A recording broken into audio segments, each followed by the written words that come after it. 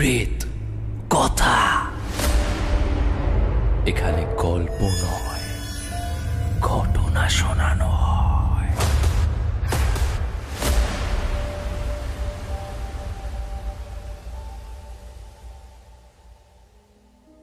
সকলকে স্বাগত জানাচ্ছি প্রেত কথার 466 নম্বর এপিসোডে। আজকের এপিসোডে আপনারা শুনবেন একটি ঘটনা, কিন্তু এই একটি ঘটনাই অনেকটা বড় ঘটনা এবং আপনাদের কিন্তু বেশ ভালো লাগবে। শীত পড়েছে, বৃষ্টিও হচ্ছে হালকা, এরকম সুন্দর ঠান্ডার আমেজে ভূতের ঘটনা শোনার কিন্তু মজাই আলাদা। এবং ভূত আমাদের এমন এক ইন্টারেস্টের জায়গা জুড়ে রয়েছে যা সময়ের সাথে সাথে, বয়সের সাথে সাথে বাড়তেই থাকে। আমি কিছু মানুষকে দেখেছি যারা ভূত প্রেত নিয়ে চর্চা করতে ভালোবাসেন, কিছু মানুষ যারা এই ধরনের চর্চা একদমই পছন্দ করেন না। কিন্তু আমাদের প্রেত কথা যারা শোনেন তারা সবাই এই ভূত প্রেতের চর্চা করা মানুষ, এবং আমরা কিন্তু সবসময় নতুন ঘটনার অপেক্ষায় থাকি। আপনারা আমাদেরকে ঘটনা পাঠান, আপনাদের তরফ থেকে সব থেকে বেস্ট ঘটনাগুলি আমাদেরকে পাঠান এবং আমরা সেই ঘটনা আপনাদের সামনে তুলে ধরব। নতুন বছরে অনেক নতুন প্ল্যান হচ্ছে। আমরা খুব শীঘ্রই আনতে চলেছি শর্ট ফিল্ম, আপনারা প্রেত কথা চ্যানেলে সেটি দেখতে পাবেন। আমরা আনতে চলেছি আরও অনেক পডকাস্ট গৌরব তপাদার ভ্লগস চ্যানেলে এবং অডিও সিনেমা। তো বুঝতেই পারছেন কত রকম কাজের সঙ্গে জড়িত। অডিও সিনেমা খুব তাড়াতাড়ি আমাদের 470 নম্বর এপিসোডে আপনারা শুনতে পাবেন। আমি শুরু করছি আজকের এপিসোড শুরুর আগেই বলে দিই, লাইক করতে ভুলবেন না, কমেন্ট করে আপনার উপস্থিতি জানাতে ভুলবেন না এবং বন্ধুদের সঙ্গে শেয়ার করতে ভুলবেন না প্রেত কথাকে। আজকের ঘটনায় আমার সঙ্গে ভয়েসে যারা যারা রয়েছেন, প্রিয়াঙ্কা, রুবিনা এবং ঋদ্ধি, তিনজনকেই অশেষ ধন্যবাদ আজকের এপিসোডে থাকবার জন্য এবং আশা করছি আজকের এপিসোড আপনাদের অনেক ভালো লাগবে। শুরু হচ্ছে আজকের এপিসোড। শুক্রবার এবং রবিবারের রাত মানেই ভয় পাওয়ার রাত উইথ গৌরব।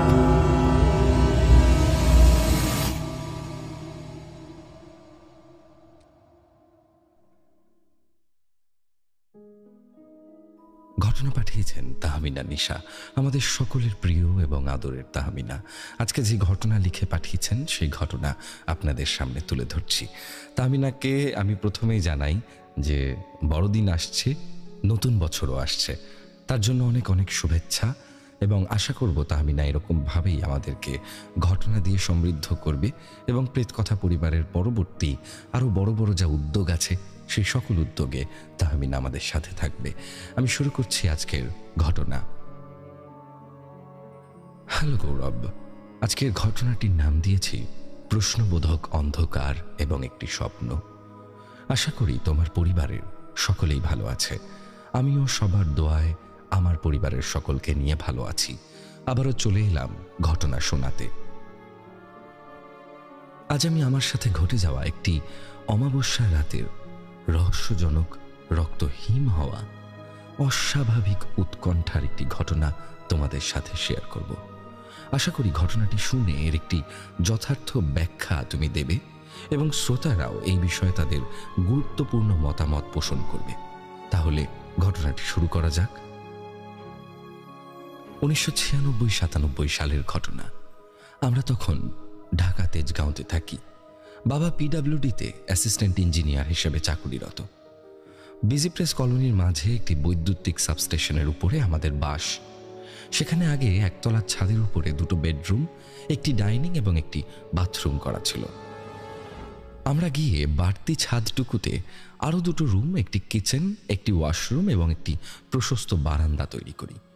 আমাদের বাসার চারপাশে বেশ কিছু বড় বড় গাছ, তার মধ্যে 6টা নারিকেল গাছ, কাঁঠাল, আতা, ডালিম, ডুমুর, নিম, সজনে, কৃষ্ণচূড়া, মেহগনি অন্যতম। সব গাছই ছিল আমাদের বাড়ির প্রাচীরের ভিতরে।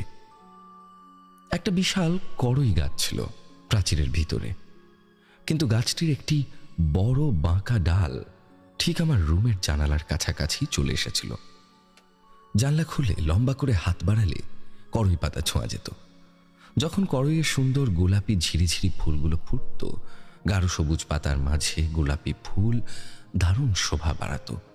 ফুলের মিষ্টি সুবাসে আমার রুমটাও কোনো পারফিউম ছাড়াই মম করত। তাই আমি রাত্রিবেলা জানলা খুলে ঘুমোতাম। ওই পশ্চিমের জানলার সাথে যে ঘাট, সেখানে আমি আর দক্ষিণের জানলার পাশে ঘুমতো আমার ছোট বোন। রাতের বেলা পশ্চিমের জানলাটাতে চোখ রাখলে কেমন যেন গা ছমছম করত, তাই জানলা খোলা থাকলেও পর্দা টেনে ঘুমোতাম।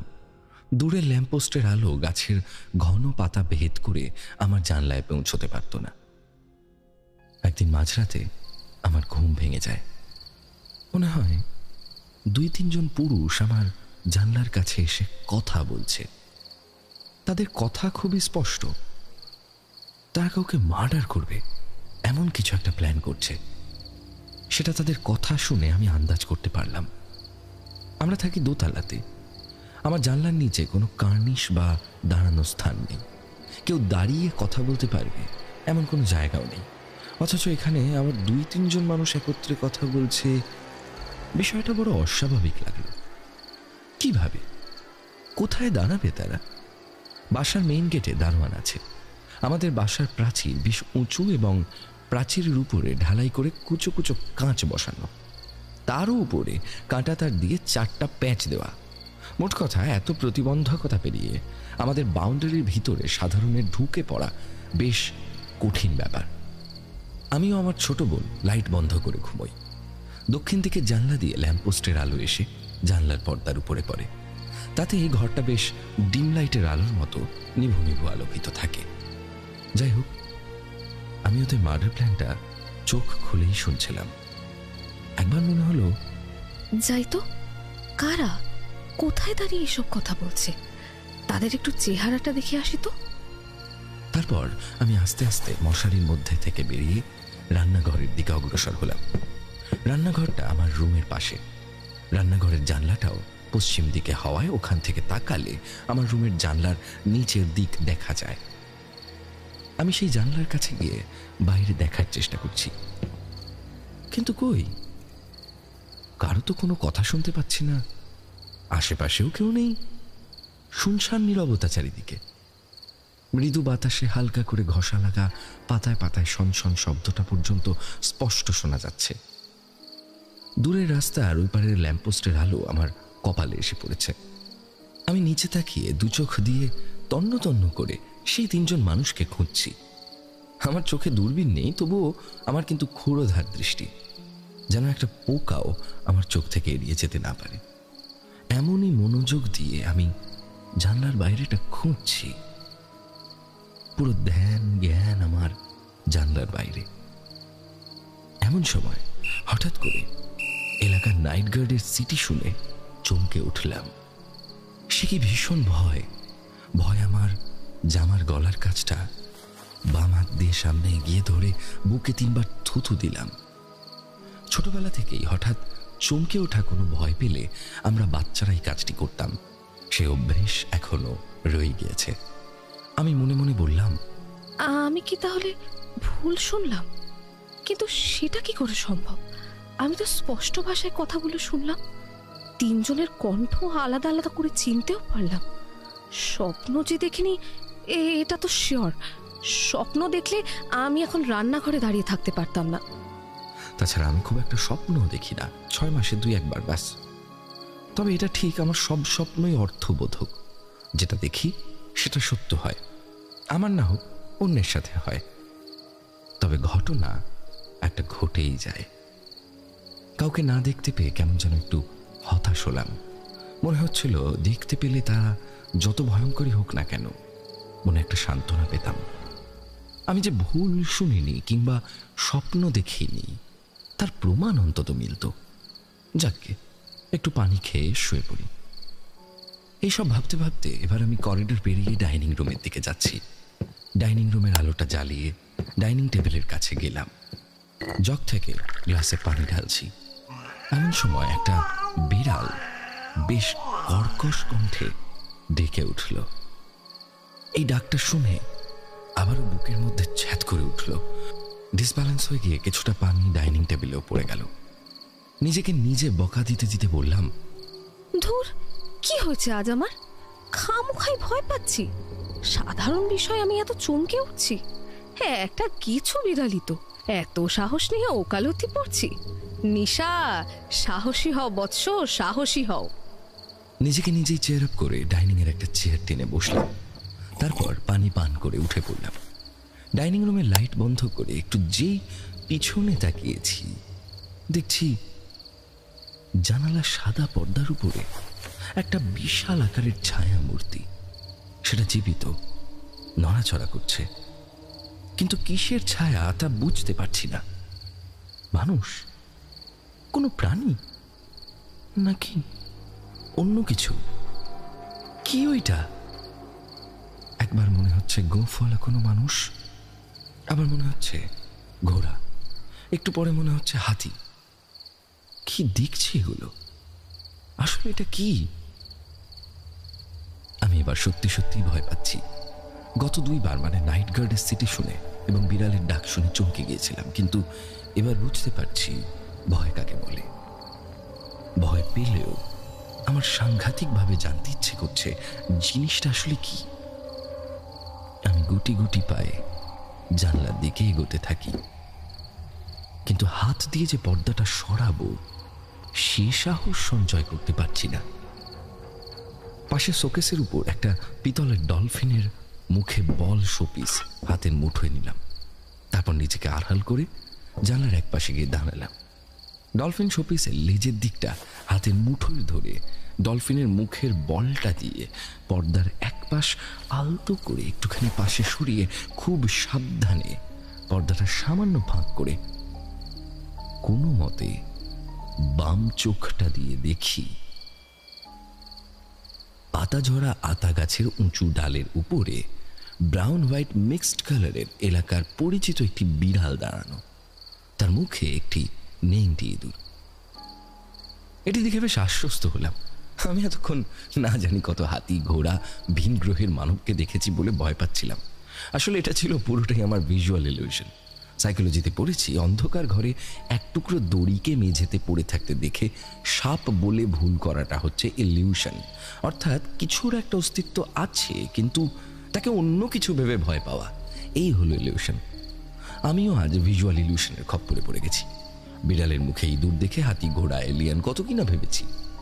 পুরোপুরি নিশ্চিত ছিলাম না, যার জন্য সেটিকে মানুষের জীবন্ত গোঁফ বলে মনে করেছি।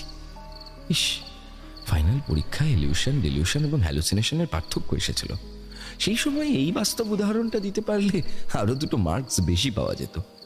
একটা দীর্ঘশ্বাস নিলাম। খামোখা ভয় পাওয়ার জন্য নিজেকে কেমন যেন বোকা বোকা মনে হচ্ছে। এসব কথাগুলো আপন মনে বলে একটা চাপা হাসি দিয়ে জানলার পর্দাটা একটু বেশি করেই খুললাম। সামনে বিড়ালটাকে লক্ষ্য করে বললাম, কিরে বাঘের মাসি, খবর কি তোর? খুব তো ভয় পাইয়ে দিয়েছিলি, তাই না? হ্যাঁ, এখন ম্যাও বলে দেখা দেখি। কই বল বল। আমি জানি ব্রাউন হোয়াইট বিড়ালটা এখন ইচ্ছে করলেও আর ম্যাও বলতে পারবে না, কারণ তার মুখ বন্ধ। ইঁদুরের ঘাড় কামড়ে সে আমার দিকে তাকিয়েই দাঁড়িয়ে আছে। ম্যাও বলবে তো ইঁদুর ভাই ভৌ করে দৌড় লাগাবে। আমি সেটার মজা নিচ্ছি। জানালার পর্দাটা সরানোর ফলে বিড়ালের ছায়া কিছুটা আমার শরীরের অর্ধেক এবং কতক অংশ মুখের কিছু স্থানে এসে পড়েছে। আমার এবং ল্যাম্পপোস্টের আলোর মাঝে বিড়ালটি ইঁদুর মুখে দাঁড়িয়ে, খানিকটা যেন সূর্য এবং চাঁদের মাঝে পৃথিবীর ছায়াতে অমাবস্যা। বাহ, দারুণ উপমা। সেই সুযোগে নিজেকে চাঁদ ভাবতে ভালোই লাগছে। ও হ্যাঁ, আজ তো অমাবস্যা। হঠাৎই মনে পড়লো আমার, সেজন্যই তো এত ঘুটঘুটে অন্ধকার। ধুর ছাই, কি সব ভাবছি আমি। এইসব আবল তাবল ভাবা বাদ দিয়ে রেডিয়াম ওয়াল ক্লকের দিকে তাকালাম। রেডিয়ামের সুবিধা হচ্ছে ঘন অন্ধকারেও ঘড়ির কাঁটাগুলো জ্বলতে থাকে। 2:30 বাজে, না ঘুমোতে যেতে হবে। রহস্যের খোঁজে ফালতু কিছু সময় নষ্ট হলো। ডলফিনটা হাতেই আছে, পর্দাটার মাঝ বরাবর ধরে আছি। এক্ষুনি ভারী পর্দা ছেড়ে দেব, এমন সময় আমাকে অবাক করে বিড়ালটা তীব্র স্বরে কানের তালা কাঁপিয়ে ডেকে উঠল। আমি ঘড়ির দিক থেকে চোখ সরিয়ে বিড়ালের দিকে তাকালাম। কেমন একটা ভয়ঙ্কর ভাবে আমার দিকে সে তাকিয়ে আছে। তার চোখ দুটো আলোর বিপরীতেও অগ্নি শিখার মতো জল জল করে জ্বলছে। তার মুখে এখনো ছটফট করছে গেছো ইঁদুরটা। ভয়ঙ্কর জ্বলন্ত চোখ দেখে সঙ্গে সঙ্গে আমার হাত থেকে পিতলের ডলফিনের শোপিসটি পড়ে গেল। সেটি পড়ে গিয়ে ঝনঝনিয়ে টেবিলের কোণায় লেগে কোথায় যেন চলে গেল। গভীর রাতে শব্দটা একটু বেশি হলো। পর্দা ছেড়ে আমি দুপা পিছনে এসে দাঁড়ালাম। এটা কি ছিল? কি দেখলাম? এটা কি ভীষণ আগুনের মতো বিস্ফারিত চোখ! তার এক দৃষ্টিতে তাকানো যেন হৃৎপিণ্ড চিপে রক্ত জল করে ছেড়ে দিল। ভয়ের সর্বোচ্চ মাত্রা কতটুকু তা আজ অনুধাবন করতে পারলাম। নিঃশব্দে অন্ধকার ঘর থেকে দ্রুত পায়ে নিজের রুমের দিকে চললাম। আমার মা শোপিস পড়ার শব্দে ইতিমধ্যে ঘুম থেকে সজাগ হয়ে উঠে জিজ্ঞাসা করল, কে কে রে? নিশা নাকি? নিশা? আমি করিডোর দিয়ে যেতে যেতে আওয়াজ দিলাম, হ্যাঁ মা, আমি। কি রে, তুই উঠেছিস কেন? আর কি যেন একটা পড়লো মনে হলো। না, পানি খেতে গিয়েছিলাম, হাত থেকে একটা শোপিস পড়েছে। আমাদের কথা শুনে বাবাও সজাগ হয়ে গিয়েছে। শোপিস পড়ার কথা শুনে বাবা ঘুম জড়ানো কণ্ঠে জিজ্ঞাসা করে, ব্যথা পাসনি তো? না বাবা, আমি ঠিক আছি, তোমরা ঘুমাও। মা কিছুটা ধমকের সুরে বলল, তো লাইট জ্বালিয়ে নিবি না? অন্ধকারে ঘরে কি ঘুটুমুটু করছিস? যা শুয়ে পড়। আমি বাধ্য মেয়ের মতো সুরসুর করে বিছানায় গিয়ে শুয়ে পড়লাম। কিন্তু ঘুম সেদিনের মতো লাপাতা। হিসেব মেলাতে পারছি না। বিড়ালটি ঠোঁট বন্ধ অবস্থায় ডাকলো কিভাবে? ম্যাও ডাকতে হলে ওকে তো মুখটা খুলতে হবে। ঠোঁট ফাঁকা না করে কোনো মতেই ডাকা সম্ভব নয়। তারপর আমি নিজেই আওয়াজ না করে বিছানায় শুয়ে শুয়ে মেও মেও করে ডেকে উঠলাম দুবার। অসম্ভব। ঠোঁট না খুলে কোনোভাবেই ডাকা সম্ভব নয়। ঘাড় ঘুরিয়ে দেখে নিলাম ওই বিছানায় ছোট বোন নিশ্চিন্তে শুয়ে ঘুমোচ্ছে। আমার মনে হলো, আচ্ছা, আমার জানলাটা তো খোলা, যদি ভুতুরে বিড়ালটা এদিকে আসে। না না, জানলাটা বন্ধ করে দিই। এটা তো মনে মনে ভাবছি, কিন্তু সাহসে কুলোচ্ছে না। এই মুহূর্তে পর্দা সরিয়ে গ্রিলের মাঝে হাত গলিয়ে জানলার গ্লাসটা টানা পৃথিবীর সব থেকে কঠিন কাজ বলে মনে হচ্ছে। তার চেয়ে এই ভালো কাঁথাটা মুড়ি দিয়ে চোখ বুজে শুয়ে থাকি। সূরা কালাম যা জানি সব পড়তে থাকি। তাই করলাম, কিন্তু চোখ বন্ধ করলেই সেই জ্বলন্ত দুটো চোখ দেখতে পাচ্ছি। তখন আস্ত বিড়ালটি গায়েব হয়ে শুধু তার দুটো চোখ আমার সামনে দেখা দিচ্ছে। এদিকে চোখ খুলতেও পারছি না। মনে হচ্ছে জানলার কাছে ঠিক আমার পাশের পর্দার পিছনে বিড়ালটি যেন ইঁদুর মুখে নিয়ে আমার দিকেই তাকিয়ে আছে। আমার কানে প্রতিধ্বনিত হতে থাকে তীব্র এবং কর্কশ কণ্ঠে বিড়ালের ডাক। দুহাত দিয়ে কান চেপে ধরে চোখ শক্ত করে বুজে পশ্চিম দিকে পিঠ করে শুয়ে পড়লাম। এভাবেই কখন যেন ঘুমিয়ে পড়েছি তা জানি না। কতক্ষণ ঘুমিয়েছি সেটাও জানা নেই, কিন্তু এটা জানি বহুদিন পর আজ আমি একটা স্বপ্ন দেখলাম। স্বপ্নে দেখছি আমার ছোট ভাই গিটার হাতে রাস্তা দিয়ে হেঁটে বাসার দিকে আসছে। তার পরনে কালো টি শার্ট এবং স্কাই ব্লু কালারের জিন্স প্যান্ট, পায়ে সাদা রঙের অ্যাডিডাসের স্নিকার্স। ভাইটি আমার নিশ্চিন্তে সাবলীলভাবে হেঁটে হেঁটে বাসার দিকে আসছে। আমি যেন বারান্দায় দাঁড়িয়ে ভাইয়ের হেঁটে আসার দৃশ্যটা দেখছি। এমন সময় তিনজন 24-25 বছরের হাট্টা কাট্টা যুবক এসে ভাইকে ঘিরে ধরল। কি যেন কথা বলছে তারা। এক পর্যায়ে আমার আদরের ছোট ভাইকে মারতে শুরু করলো। প্রথমে চড় থাপ্পড়, তারপরে লাথি মেরে ভাইকে রাস্তার উপরে ফেলে দিল। ভাইয়ের হাত থেকে গিটারটা ছিটকে রাস্তার এক কোনায় পড়ে গেল। তিনজনের একজন গিটারটা তুলে রাস্তার বাড়ি দিয়ে ভেঙে ফেলল। তারপর সেই ভাঙা গিটার দিয়ে ভাইকে আঘাত করতে থাকলো। ভাই ওদের হাত থেকে বাঁচার জন্য প্রাণপণ হাত পা ছোড়াছড়ি করতে থাকলো। বাঁচাও বাঁচাও বলে সে চিৎকার করছে। আমি লক্ষ্য করলাম আশেপাশের সব বিল্ডিংয়ের বারান্দা এবং জানলা থেকে সবাই দেখছে এই মর্মান্তিক দৃশ্য, কিন্তু সবাই মুখে কুলু পেতে বসে আছে। কেউ টু শব্দটি করছে না। আমি শরীরের সমস্ত শক্তি দিয়ে চিৎকার করে ভাইয়ের নাম ধরে ডাকছি, বলছি,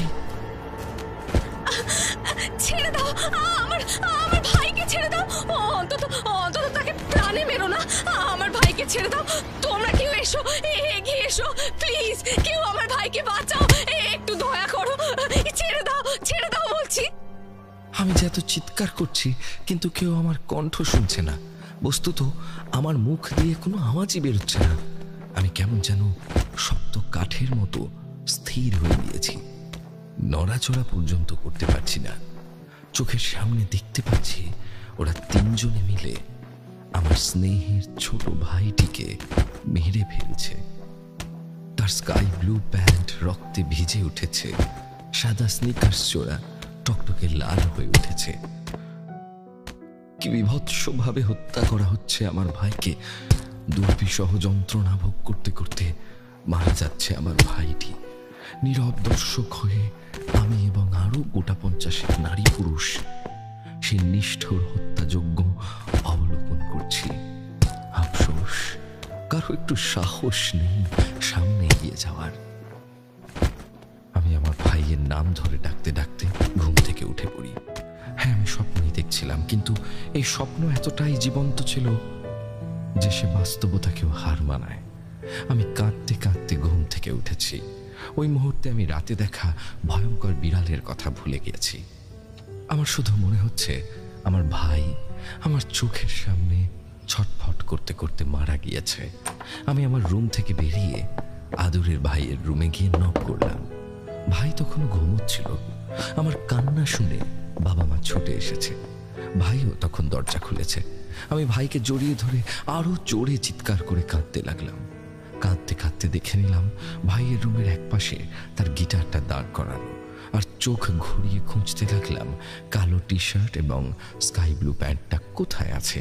সেগুলিকে সামনে দেখতে পেলাম না, হয়তো ওয়ার্ড্রবে আছে।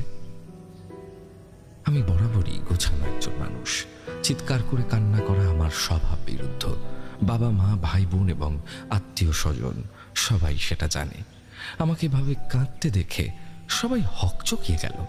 আমি বলতে থাকলাম, আমি আমি বিভৎস ভয়ঙ্কর একটা স্বপ্ন দেখেছি।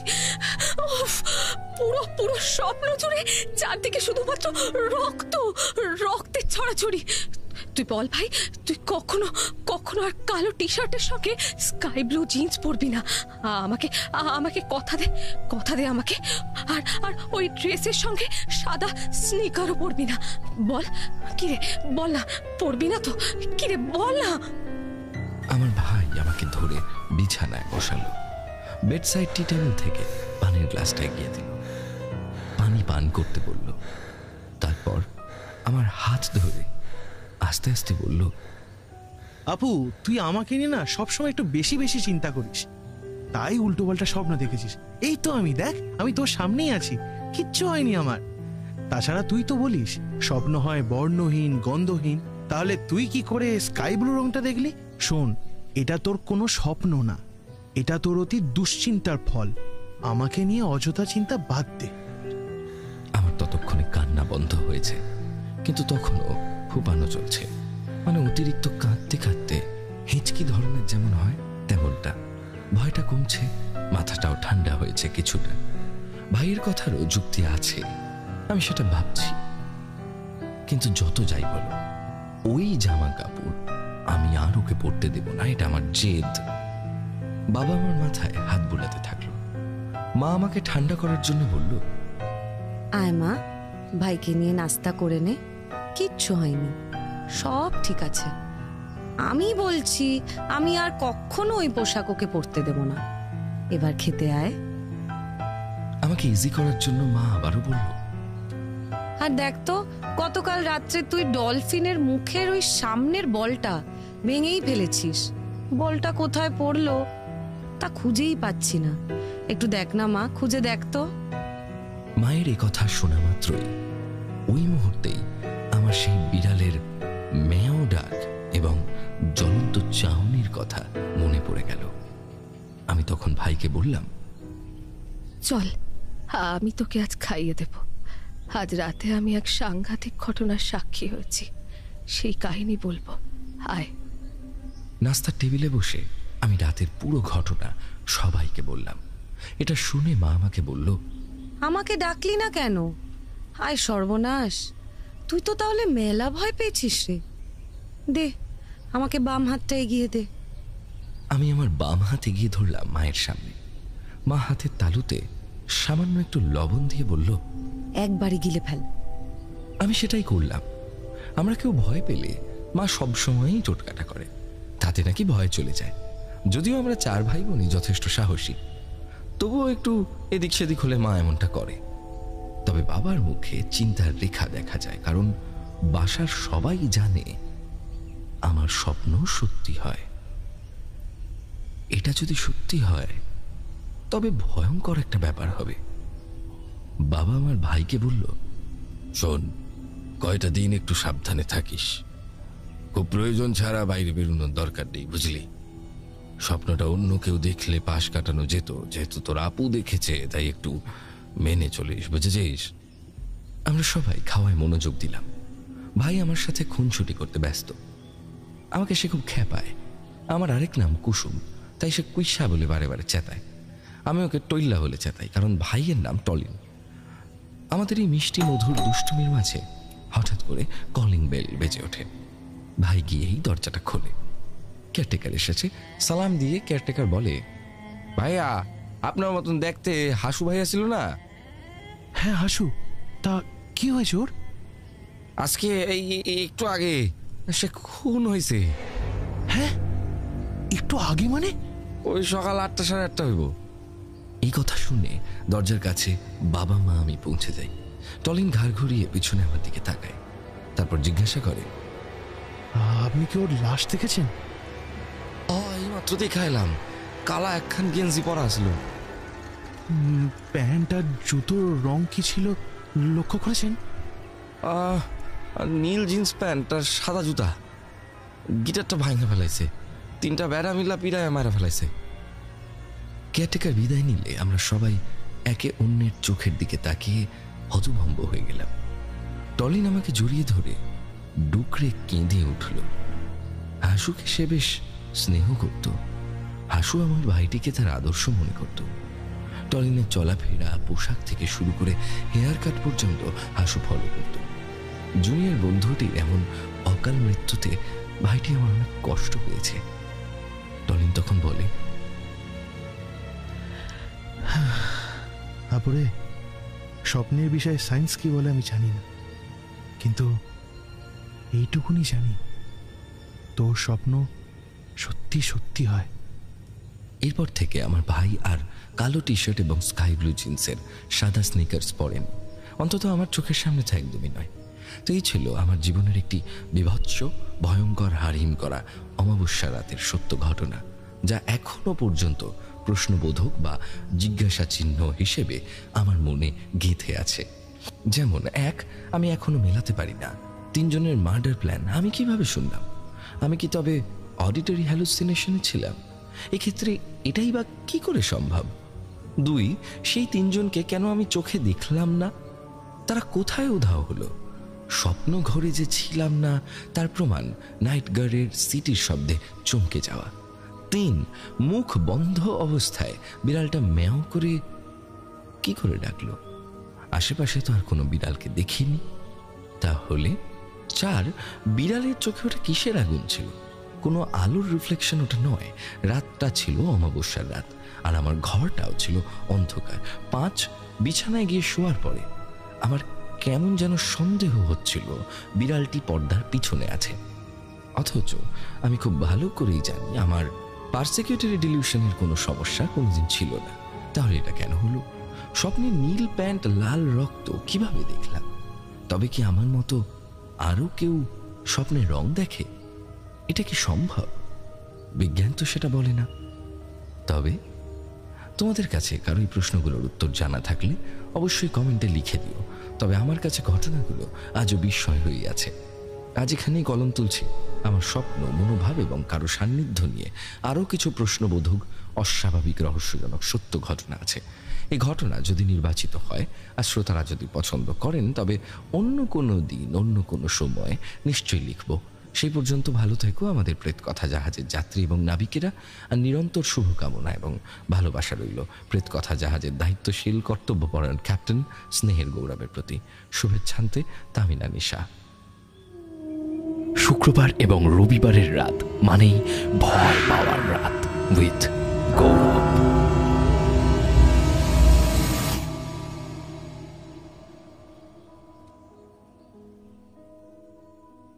আউটস্ট্যান্ডিং একটি ঘটনা আমি আজকে শুনলাম, এবং এই ঘটনাটি আমার এতটা ভালো লেগেছে, আমার মনে হচ্ছে এটা একটা ট্রান্স।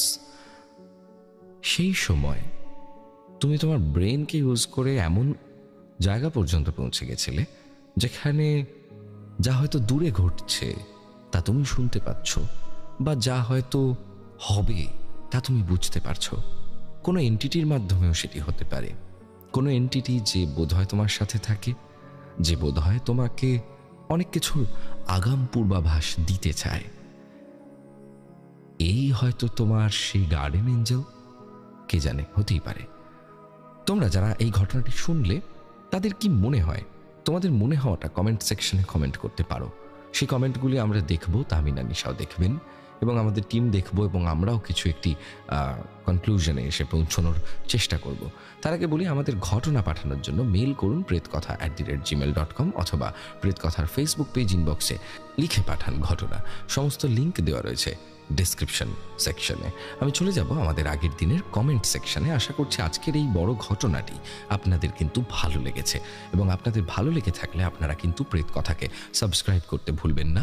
প্রত্যেক শুক্রবার এবং রবিবার ঠিক রাত 10টার সময় প্রেতকথার অফিসিয়াল ইউটিউব চ্যানেল এবং রাত 11টার সময় স্পটিফাইতে প্রেতকথার এপিসোড আসতে থাকে। আপনারা কিন্তু লাইক করবেন এবং কমেন্ট করতে থাকবেন সবসময়, কারণ আপনাদের কমেন্ট আমাদেরকে আরও অনেক বেশি ইন্সপিরেশন দেয় নতুন নতুন কাজ করার জন্য। একটু আপনাদের আগের দিনের কিছু কমেন্ট পড়ে আজকের মতো আমি নেব বিদায়। অনেক কমেন্ট এসেছে, তোমরা লিখেছো যে আমাকে দিদি নাম্বার 1-এ দেখেছো, ভালো লাগলো আমারও। আমি এই নিয়ে দ্বিতীয়বার দিদি নাম্বার 1-এ গেলাম। প্রথমবার মায়ের সাথে গিয়েছিলাম, তারপর এবার প্রিয়াঙ্কাকে নিয়ে গেলাম। এবার আমি যারা যারা দেখোনি এখনো পর্যন্ত তাদেরকে বলতে পারি জি5 অ্যাপ থেকে গিয়ে দিদি নাম্বার 1-এর রিসেন্ট এপিসোডসে কিন্তু আমার ঘটনা পেয়ে যাবে, মানে আমার এপিসোড পেয়ে যাবে। সেখানে আমি ঘটনাও বলেছি একটা। একটু কমেন্ট পড়ি। প্রতিমা সর্দার গৌরবদা, প্রথম ঘটনাটি অসাধারণ লেগেছে। সাকিল মোল্লা 7404 লিখছেন, দাদা প্রথম ঘটনাটি খুব ভালো লেগেছে। আচ্ছা, আগের দিনের প্রথম ঘটনাটি কি অনেকেরই ভালো লেগেছে? সাথী ঘোষ লিখেছেন, আহা শীতের রাত, চাদর মুড়ি আর সাথে প্রেত কথা। সত্যি এটা একটা অদ্ভুত ইমোশন। আমাদের মধ্যে কমেন্ট করেছেন অঙ্কিতা দে, দাদা আপনাকে দিদি নাম্বার 1-এ দেখে আজ খুব ভালো লেগেছে। তুমি আর প্রিয়াঙ্কা দিদি খুব ভালো থেকো। আমি প্রেত কথার খুব বড় ফ্যান, খুব এনজয় করি আমি আর আমার বোন প্রেত কথা শুনতে। ভালোবাসা নিও আমার অঙ্কিতা, এবং তোমার বোনকেও আমার ভালোবাসা দিও। প্রতিমা সর্দার লিখছেন, আজকের 3টি ঘটনাই দারুণ ছিল। 3টি ঘটনাই প্রতিমার ভালো লেগেছে, তার জন্য অশেষ ধন্যবাদ প্রতিমাকে আমাদেরকে ফিডব্যাক দেবার জন্য। সৌরজিৎ 24, কালকে রাতে ঘটনাগুলো শুনতে শুনতে ঘুমিয়ে পড়েছিলাম, তাই কমেন্ট করা হয়নি, তাই এখন লিখছি। বেশ দুর্দান্ত সব ঘটনাগুলো, ধন্যবাদ গৌরবদা, ধন্যবাদ প্রেত কথা। আমাদের মধ্যে রয়েছেন বিবেশ উইথ হার ত্রিপুরা থেকে, বলছি দাদা সবসময় স্পটিফাই থেকে শুনি, আজ এলাম ইউটিউবে। অ্যাকচুয়ালি স্পটিফাই মড বন্ধ হওয়ার পর থেকে ইউটিউবে এসে শুনি। Huge fan, love you. Mod use যত কম করা যায় ততই ভালো। মড ইউজ করলে তোমার প্রচণ্ড ডেটা ব্রিচেস হতে পারে, এবং এই ডেটা ব্রিচের কারণে কিন্তু তোমার পার্সোনাল ডেটা বিভিন্ন বড় বড় কোম্পানিজদের কাছে, বিভিন্ন খারাপ কোম্পানিজদের কাছে চলে যেতে পারে। যত বেশি মড সাইট ব্যবহার করবে তত তোমার ডেটা রিস্ক বাড়বে, তত তোমার ব্যাংক অ্যাকাউন্টের টাকা পয়সার রিস্ক বাড়বে। কি দরকার এই রিস্ক নেবার? আমার মনে হয় যদি ইউটিউবে একটা অ্যাড শুনে যদি নিজের সেফটি সিকিউরিটি বেটার রাখা যায় তাই করো। মানে আমি একবারও বলছি না আমার ইনকামের জন্য, তোমার সিকিউরিটির জন্য, বা যদি তুমি প্রিমিয়াম নিয়ে নাও বা স্পটিফাই প্রিমিয়াম নিয়ে নাও, সেটাও আমার মনে হয় ভালো হয়। কারণ ডেটা ব্রিচ যখনই হয় তখনই কিন্তু আমাদের জীবনে কাল ঘনিয়ে আসে, একটার পর একটা। তোমার ফোনে কি কি জিনিসপত্র রয়েছে, সমস্ত কিছুর অ্যাক্সেস, কার কার কন্ট্যাক্ট রয়েছে তাদের অ্যাক্সেস, কি কি ছবি রয়েছে, কিছু কিছু অ্যাপ তো আছে তোমার গ্যালারির পারমিশন চায়। তো যখন এই জিনিসগুলো হয় তখন আমরা কিন্তু রিয়েলি একটা খুব মানে ভয়ঙ্কর জায়গায়, ভয়ঙ্কর পৃথিবীতে রয়েছি অলরেডি। আমাদের মধ্যে রয়েছেন মঞ্জু বোস, সাগরিকা দাস, আমাদের মধ্যে রয়েছেন দেবাঞ্জনা দত্ত। আজকেই তোমাদের দিদি নাম্বার 1-এ যাওয়ার এপিসোডটা দেখলাম, খুব ভালো লাগলো, আর ঘটনাগুলো খুব দারুণ। ঠান্ডার মধ্যে বৃষ্টি হচ্ছে বাইরে, আর প্রেত কথা। Thank you. প্রীতি অফিসিয়াল লিখেছে, থাম্বনেল ডিজাইন জাস্ট ওয়াও। তোমাদের থাম্বনেল ভালো লাগছে? তাহলে তো খুব ভালো। আমরা বিভিন্নভাবে চেষ্টা করছি থাম্বনেলকে বিভিন্ন রকমভাবে চেঞ্জ করার সময়ের সাথে সাথে। অনিক মণ্ডল লিখেছেন, আজ প্রপোজটা দারুণ ছিল, যখন আমার আসবে সময় আমিও আমার জীবনে এমনভাবেই কাউকে প্রপোজ করব। নিশ্চয়ই নিশ্চয়ই, প্রপোজ সবসময় দুর্দান্তভাবে করাই ভালো। ওকে, আমাদের মধ্যে রয়েছেন সুপর্ণা 7003 প্রেত কথা হলো আমার সঙ্গী, যেখানেই যাই কানে হেডফোন নিয়ে ঘটনা শোনা হয়। থ্যাঙ্কস আ লট বন্ধুরা, যারা যারা প্রেত কথাকে এত ভালোবাসা দাও প্রত্যেকটা মুহূর্তে, এবং এভাবেই আমাদেরকে ভালোবাসতে থাকো। আজকের মতো এপিসোড এখানে শেষ করছি। আমি গৌরব ছিলাম তোমাদের সঙ্গে, সাউন্ডে সৌম্যদীপ, গ্রাফিক্সে অনিকেত। এখানে গল্প নয়, ঘটনা শোনানো হয়।